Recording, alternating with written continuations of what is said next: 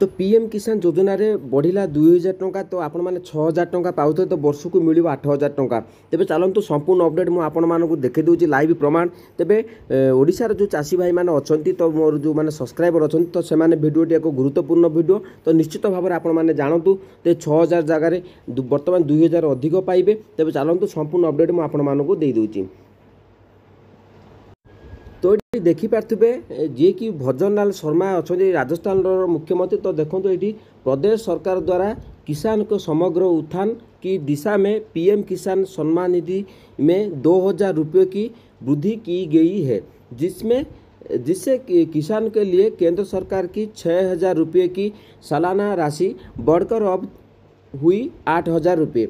तो निश्चित भाव में देखो भजनलाल शर्मा जी अच्छा बीजेडी आपने देखिपे मोदी का परिवार। तो आपण मैंने अपडेट आपने देखिए यहाँ ट्विटर अकाउंट जदि आपरे बर्तमान एक्स अकाउंट थी तेज आपने देखिपारे। तो निश्चित भाव में आपने देखिपे 2000 टंका बढ़ी। तो कौन रही संपूर्ण अपडेट ओडिशार चाषी मानक लागू होना मुझे बतईदेवी। तेज भिडियोटी संपूर्ण देखो आपने बुझीपारे।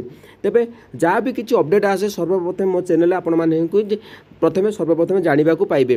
तेबे आशा करछि आपण माने निश्चित भाव में देखंतु। तो निश्चित भाव में आपण मानू बतईदेवी जे कि ओडिशा रे लागू होबो कि नहीं। तेबे चलंतु आपण मानू मु डिटेल्स बतई दउछि।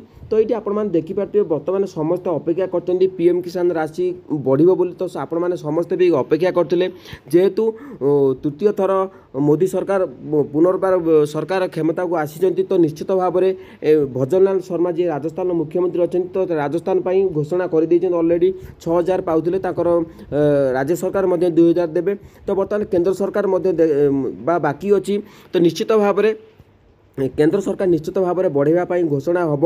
तो आम ओडिशा तो बर्तमान 10 तारिख आसीज अपडेट मुख्यमंत्री किए हे मुख्यमंत्री शपथ ग्रहण है। तो निश्चित भाव में जो भली भाव में किसान सम्मान निधि जो मैंने चाषी भाई मैंने अच्छा तो से अपेक्षा करते कि 6000 टंका वर्ष को होना तो आउ 2000 बढ़ा जाऊ। तो निश्चित भाव में अपडेट आसीज ओडिशा। तो आपण मैंने व्यस्त हूँ नहीं। तो जहाँ थिला बर्तमान अपडेट मुझे आपको देखी। तो आपण निश्चित भाव में एक्स देखिपे जो भाव में 2000 टंका आपण मैंने 6000 देखिपे 6000 जगह 8000 टंका बढ़ी। तो निश्चित भाव में आसंता काली मुख्यमंत्री ओडिशार मुख्यमंत्री शपथ नेला परे तो निश्चित भाव में पीएम किसान योजना बड़ परिवर्तन हम। तो जदि आपण मानकर किसी अपडेट बा समस्या थाए तेज आपण मैंने कमेंट रे मते मतामत दिंतु। तो आपण मैंने मो व्हाट्सएप रे मते मेसेज करें।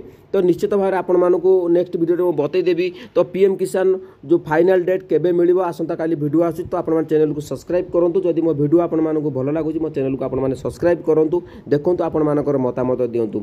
जय जगन्नाथ।